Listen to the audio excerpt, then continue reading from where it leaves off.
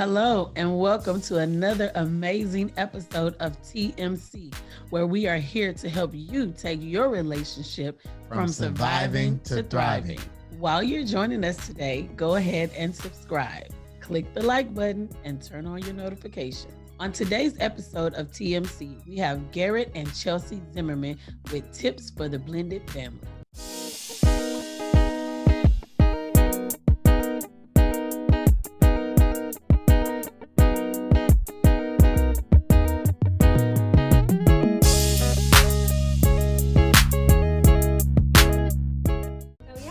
Garrett and Chelsea Zimmerman, also known as Team Zimmerman, and we are transformed couples. And Garrett and I, we met back in 2013. We met on a bus, actually. And yeah, we were headed to a work function. We both worked for the same company. And at the time, Garrett was actually going through a separation. I was kind of going through a bit of a rough patch in my world. So it wasn't until the following year, on Mother's Day, actually, that we reconnected and we started dating and kind of made it official that around that same time, we really felt like we were ready to be back in a relationship. And yeah, that's kind of when we started blending our families. So we got married back in 2019 in September. Yeah, we've got 3 boys collectively, 12, 13, and 14. Wow. Chelsea has the 2 oldest.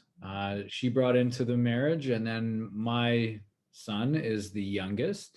And we've just really embraced everything that is blended family living. We've seen it all. We've got a high conflict ex on one side. We've got a healthy co-parenting relationship on the other side. And what we've found is that as the boys have grown, because they were 5, 6, and 7 when we first started our relationship, we've had to also grow in our relationship with each other, but also in how we navigate the relationships with our sons. And it's been powerful. We've leaned on a lot of prayer. We have leaned into our faith more than we probably would have ever expected. And we've acknowledged, and we acknowledge daily to each other, and even with our boys, that we can't do this life on our own. Our faith has gotten us through some of those dark moments, which admittedly happen in, I think, every relationship at times. So we're just blessed. We feel blessed to be able to do the work we do, to coach couples, to mentor, and to positively influence in the blended family space. Because what we hear is that there's a lot of negative out there, and there's a lot of shaming, there's a lot of guilt. There's a lot of feelings of frustration and anger that if you just let them build, it can be really dangerous. So we're on a mission to really switch the stigma that is surrounding blended families. Mm-hmm. And what we believe is you can go from blended to blessed. Wow. I love that. I love that. And Garrett, as you were talking and introducing us to you guys and your family and talking about a little bit about your story, you mentioned a co-parenting ex that is good to get along with, and then one that's hyper conflict. So let's talk about a little bit more about that. What kind of challenges do couples usually face when they're attempting to blend a family? Yeah, one of the biggest challenges is around the ex. And that's one of the realities in blended families, because the ex, although they're not in your life in the same sense in terms of being in a relationship or a marriage, they still want to have influence on the kids. And in some cases, they want to have influence on your relationship. Sometimes the ex might feel threatened when an ex moves on with a new partner, or they may feel like they want to try and have an impact on the new relationship that can be really dangerous, and that can prevent the closeness from happening in the new marriage and in the new relationship. So Chelsea and I have had to navigate those waters, more so in the beginning when it was unclear what was acceptable, what was going to be allowed, and what was crossing a boundary. And that's something that, for myself personally, I had heard the term boundaries. I think we all know it's important to have boundaries, but in blended families, you have to be mindful of boundaries, because otherwise you risk losing the connection with your new spouse. and risk losing the connection with even your stepkids or even your bio kids because of the impact an ex can have. And I mean, we hear that from couples a lot where their biggest challenges aren't necessarily the dynamics within their own relationship.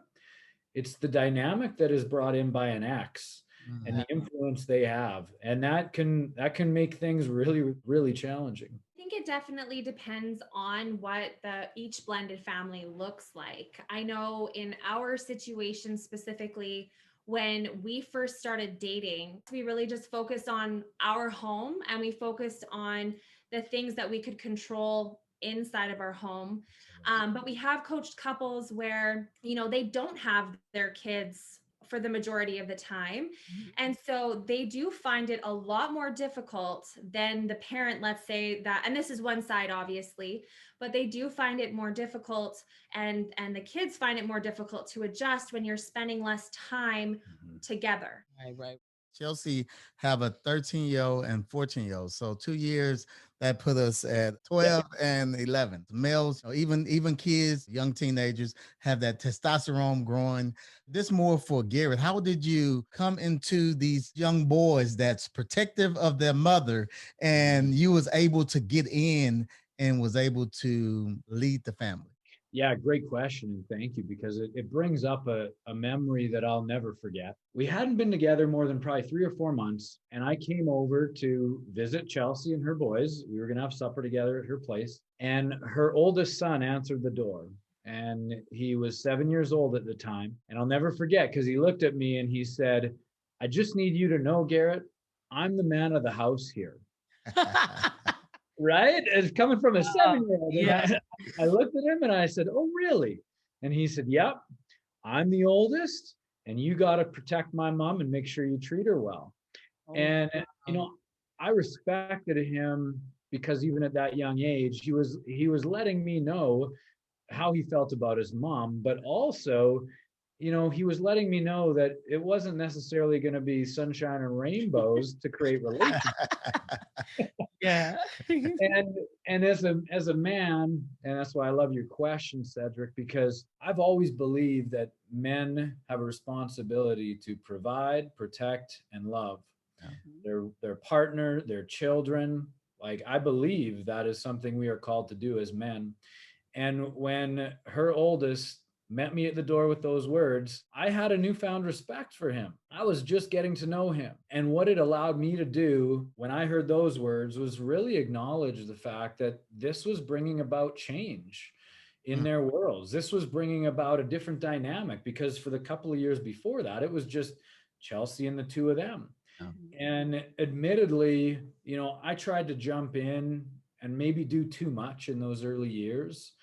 And now, as we've grown and as they've grown, we've been able to find a bit of a more balanced relationship where they know that their mom is provided for, protected, and loved when she's with me.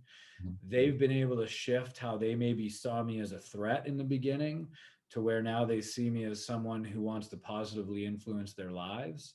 So what I love about our journey is that it started out when the boys were really young, and now they're into an age where they can comprehend and think about things differently, and we can create that male to male relationship, which admittedly they've come to me and asked me questions about guy stuff.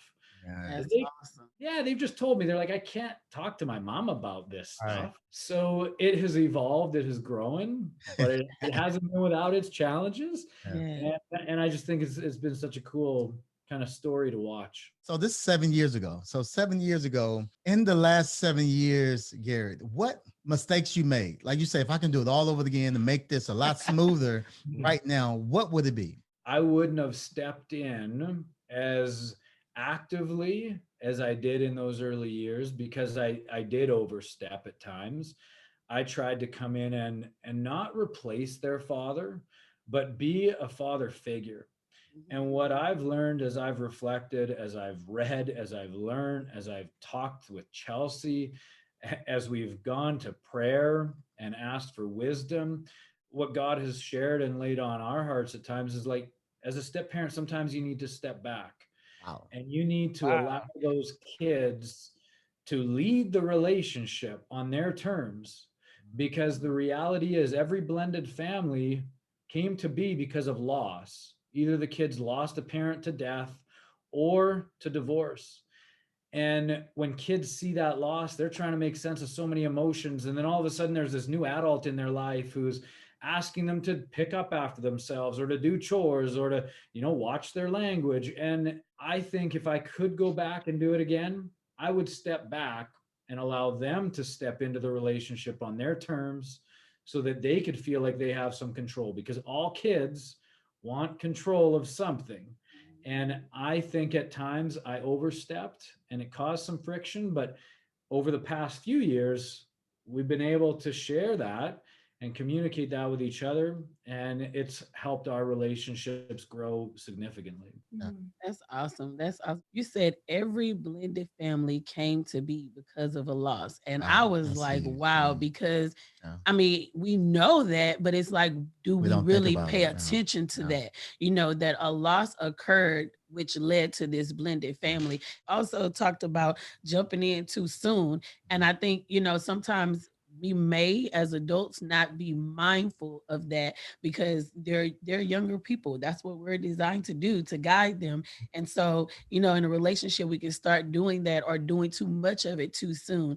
I think that's a great nugget for anyone that's starting or a part of a blended family to understand. All right. And Chelsea, so I want to ask you this question because, on your perspective as a mother, that's a whole different thing because I know that males, when another man comes into place, now the mother have to share. She was sharing her whole world with the son, and now you have to share with someone else intervening and coming into the relationship. So my question is, how did you deal with that? I think honestly, in the beginning, I didn't deal with it very well. It was very new to me, and I was trying to navigate. And obviously, there was a lot of guilt. I dealt with a lot of guilt. My attention is now, having to be shared rather than my attention just being on my boys. And because Garrett had a son as well, like, it was being shared with both of them. And so there was not just one person, but two people. And so for myself, in the beginning, I kind of wanted to like compensate for that. And so, I would do things for my boys, or I would buy them things, or I would, and that I realized over in a short period of time, thank God, that wasn't necessarily the healthiest thing to do. And so the biggest thing for me was I just asked my boys a lot of questions. I talked to them, and we made sure to have really like good intentional, like one-on-one time where, we would spend time, just the three of us together. And that was like our sacred time.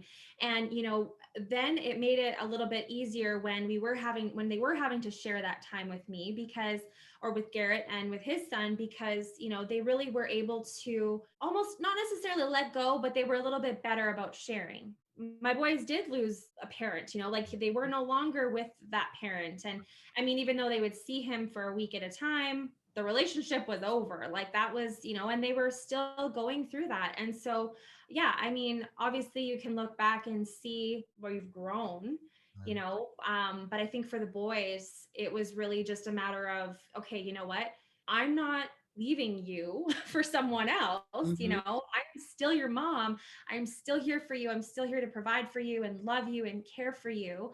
But making sure to have that like really sacred one-on-one time with them was like such a big factor in how they were able to come around to, then having Garrett and his son in the picture. How quick would you recommend someone doing that, having that conversation with the child? Right off the bat, it's something that I wish I would have done. Admittedly, like Garrett and I, when we first started dating each other, before we kind of knew that things were serious, we didn't bring our kids into the relationship. I mean, we obviously had that week apart from our kids. So we were very intentional about just having that time with, I had to make sure in the beginning that I was having those conversations with my boys early on, asking them questions and, how do you feel about this? And what questions do you have for me? And how are you feeling? And those Good. types of things. So those are all things I wish I would have asked in the beginning rather than compensating with gifts and other things to try to like make up for the lack of time spending with,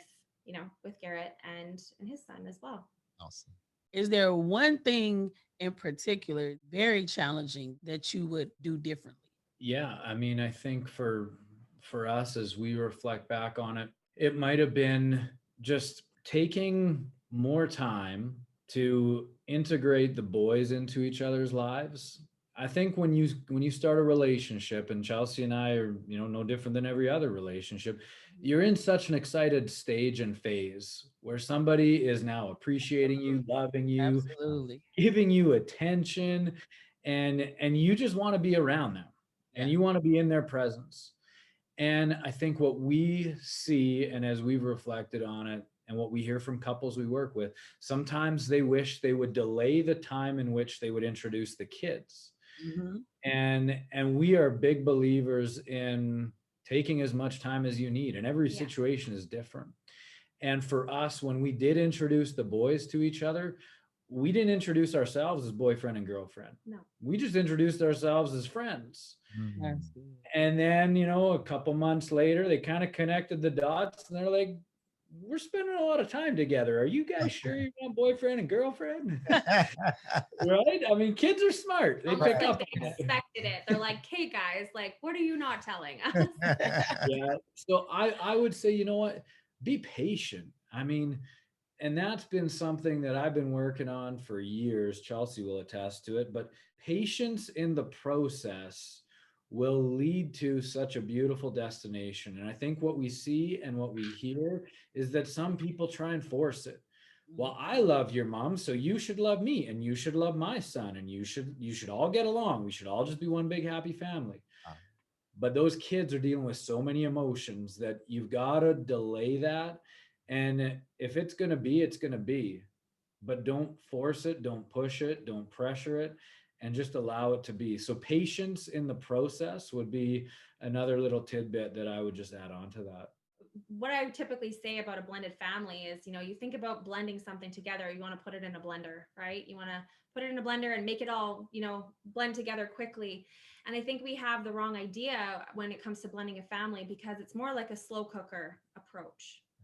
And so, rather than, going into it or being in it and expecting it to just happen, I feel like it's really just a slow process, and it's worth the wait. It's worth waiting it out. It's worth, taking those small baby steps in the beginning and making sure that you're, touching base with people that are in same situations and reaching out to that type of community, and really just being patient with it, and acknowledging that it's a whole process. I mean, we're 7 years in, and according to statistics, it takes 7 years to successfully blend a family. Well, we wouldn't say we've arrived, and we're 7 years in.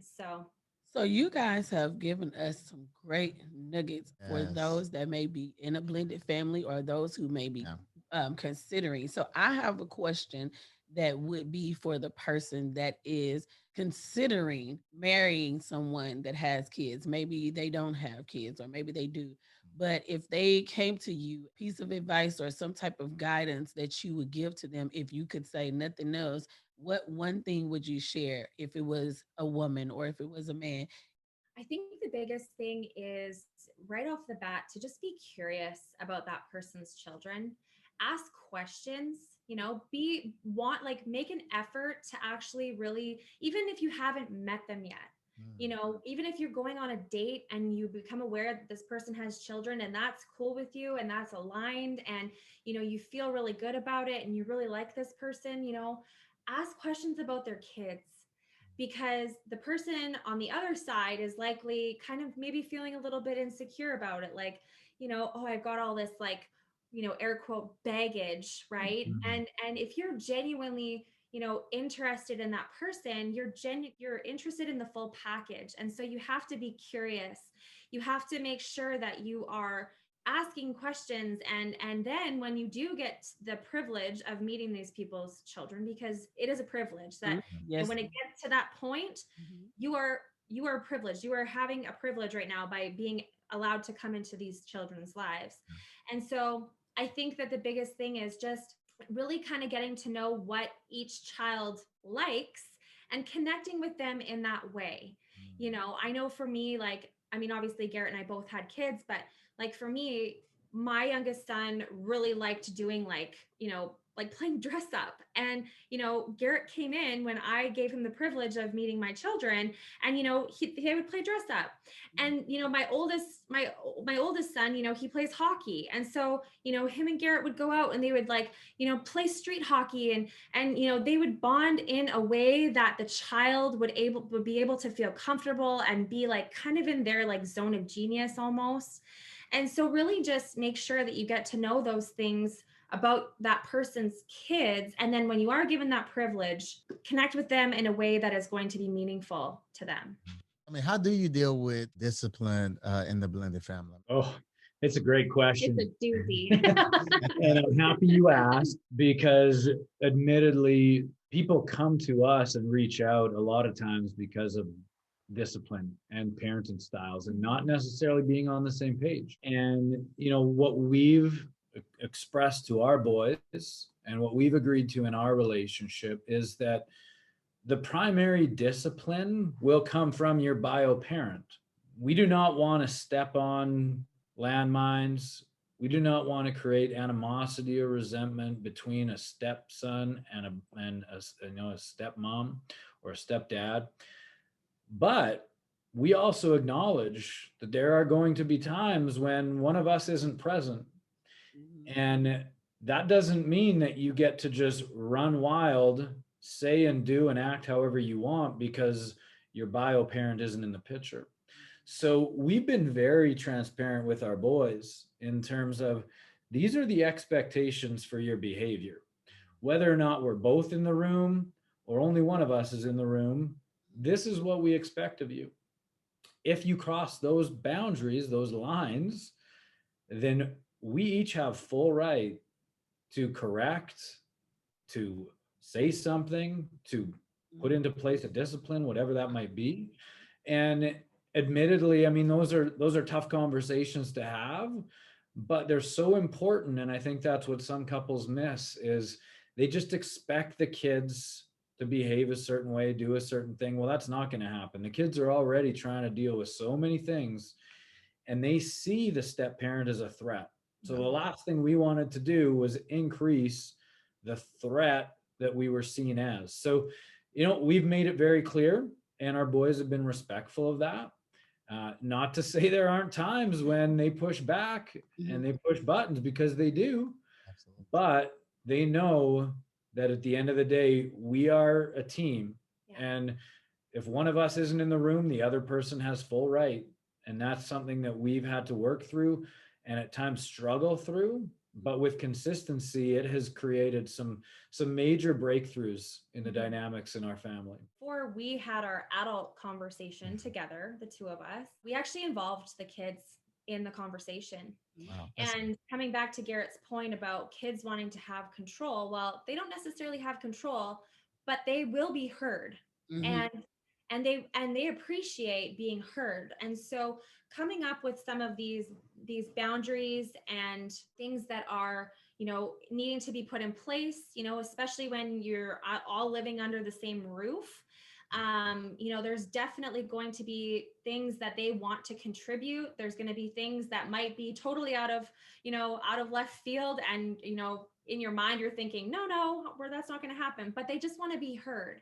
And then, so once we have this family meeting and we talk to the kids about kind of what they expect of us, what, they expect of each other, we took that away and said, thank you for your input. We really appreciate it. We will definitely take that into consideration when we have our adult conversation. And we did. And so the pieces that were within reason that they brought to the table, those are now things that we abide by under our roof, because they just appreciate it more because they had a part in that. And so, we encourage blended families to sit down with their kids, regardless of whether they're young or old, and allow them to have a say. Just listen to them, just hear them out. They might want to say, oh, well, we want candy for dinner every night. Well, thanks for that input. We'll write that down. We'll have an adult conversation. But when it comes to things like respect, when it comes to things like, don't go in my room when I'm not here, those are all reasonable things. And so we've had those meetings, and we're all very much on the same page now because of it. I love you said the word heard, because the hurt is huge. And a lot of times the parent don't realize that the disciplinary and the discipline, getting in trouble at school, is based on being heard. Not and being heard. The child just want to be heard. So it's either you listen to them or they act out and you listen to them, because they're going to get that attention some way or another. So I just wanted to put that out there. And man, I applaud you guys for what you guys are doing. It's awesome. And awesome. this is awesome. As you were talking, and I'm laughing because it's like every thought he's already pulling it out. He's saying the same thing, because that's exact. I wrote on this notepad. That's a good thing, right? They may not have control, but they will be heard. And I think that, sometimes even myself as an adult, you don't think about that. And I know for me, we were definitely not raised that way. Yeah. In the era we were raised up in, you did what adults told you to do, and that was just it. Yeah. You don't ask no questions, don't say nothing back. But I think that as we grow as people, and as we come to understand and know that our children are people too, they have feelings, they have thoughts. And you, Chelsea, you said just the fact of them being heard, even if what they're saying is outlandish, just as long as they know they feel heard, because we know how we feel when we are being heard. As just consider what I'm saying. That's all I'm asking for. And that's good, because I believe that will help any family that's a blended family and they're working through some of these challenges, sitting down as a family and talking about what's okay, what's not okay, what we're going to do, what we're not going to do. Getting that the foundation is important. And if we work together, Chelsea, I love that. And I love that you guys call yourself Team Zimmerman. We always say we're Team Francis. So Team Francis and Team Zimmerman is teaming up. Yeah. But I think that's great for the kids to be able to see that, lay that foundation in the beginning, and let them be a part of the process. We're growing as people. And so we want to do things better, and we want to do things better. The kids have to be heard. And I think it's awesome for them to be heard. Even if we can't give them candy for breakfast, we still gonna listen to them. That's right. That's right. It's so true. And it does. I mean, it makes a huge difference, Shante. And you're so right. I mean, everyone wants to be heard.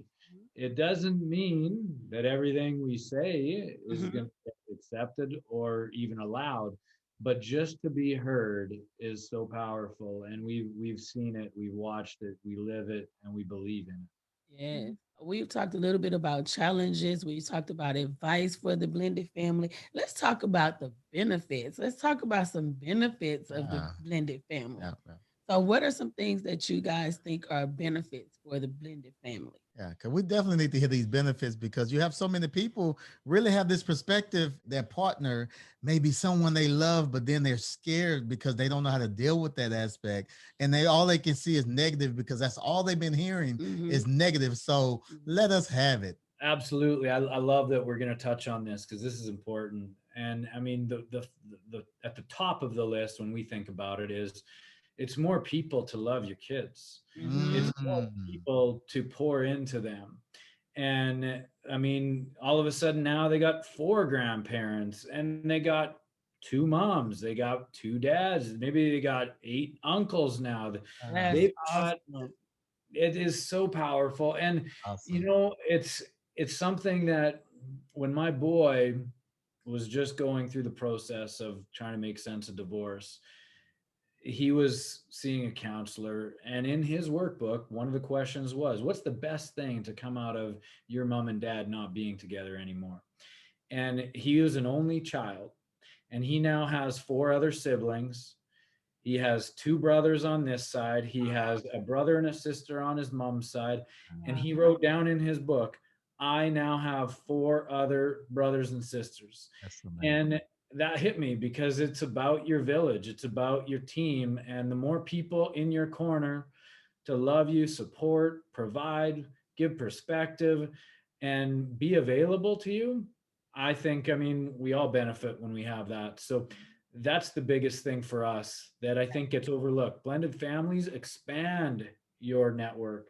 Wow. And that's important. Wow. That's a perspective. That's That is expansion. a Oh man, that's perspective. awesome. That's a perspective. I love it. I love it. I love it. What are some others? I would say resilience for the whole family. It really builds your resilience and it really helps you to adapt to change. I mean, even Garrett and I, like, we can't even speak to, you know, what it's like to grow up in a blended family because we weren't part of a blended family growing up. But now that we see our children going through, you know, this process and this journey, I mean, they are so resilient. Like, you know, change is just something that is expected for them and they can adapt so much easier. You know, I would even say like than like a child, let's say like in a nuclear family, right? Because at the end of the day, I mean, these kids are going back and forth between households typically, and and they're having all these different changes, and they're having to adjust and adapt to their surroundings every time that they go to mom's house or they go to dad's house, and there's different rules and there's different things. But kids are so resilient.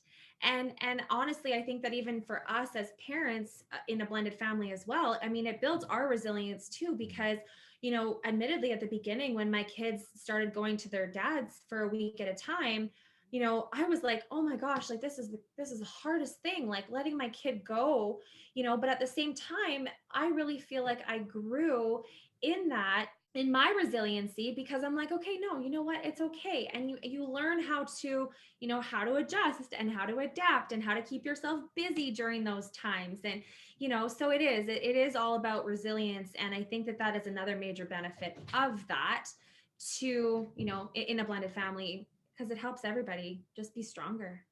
This has been awesome, you guys. Yes. Thank you for all the information you share, and I thank you guys for what you're doing, what you're Yes. doing to help couples. I love the transform couples. I love that because transforming means to change into something different, something new, and that's great for blended families to have that perspective that we're something new, but we're going to work this together. We're a couple. We're working this together and we're going to get through this. All the nuggets that you have given on tonight are great for blended families, and you've given us some insight that I personally didn't even think about in Yeah, regards absolutely. to a blended family and Yeah. the inner workings, the foundation that you guys were talking about setting with your kids as you blended your family together to produce the family that you have today and that you're growing into is awesome, and it's amazing, and I think it's very encouraging for other Yeah. people. And you talked a lot about intentionality and purpose, being purposeful about everything that you're doing, and I think that's great. So we are definitely excited. We are glad that you guys joined us Yeah. tonight, and we cannot wait to share your message with the world. Yes. Thank you guys so much for having us. It's an honor. And we really just, we love pouring into relationships, and above and beyond, like the blended family world. And we just, we want to give the things to people that we wish that we had when we were Mhm. blended family. And Yeah. ultimately, that's our whole goal, is to just see families succeed in this space. And so no, we just appreciate you guys for having us this evening. If someone wanted to connect with you and what you're doing, where should they go? Yeah, so we are on Instagram as transformed.couples. We're on Facebook, Transformed Couples Coaching. And then you can find us online at transformedcouples.com. So those are the three ways, and we would love to get to know you, have you part of our community, and support you in your journey. Garrett, Chelsea, on behalf of the TMC family, I would like to thank you so much for taking time out of your busy schedule and adding value to us. So We are welcome. so thankful. Appreciate every second of this. We hope you enjoyed today's episode, and if you did, go ahead and subscribe. Click the like button, turn on your notifications so you will be notified when we upload a video every week. And if you're listening on iTunes, rate the podcast and leave a review. Head on over to our leadership podcast, Lead to Greatness, where my husband is interviewing entrepreneurs and great leaders every week. So we want to thank you for joining us today on TMC. Looking forward to hanging out with you again on next week as we continue to help you take your relationship from surviving to thriving. Bye. See you next week.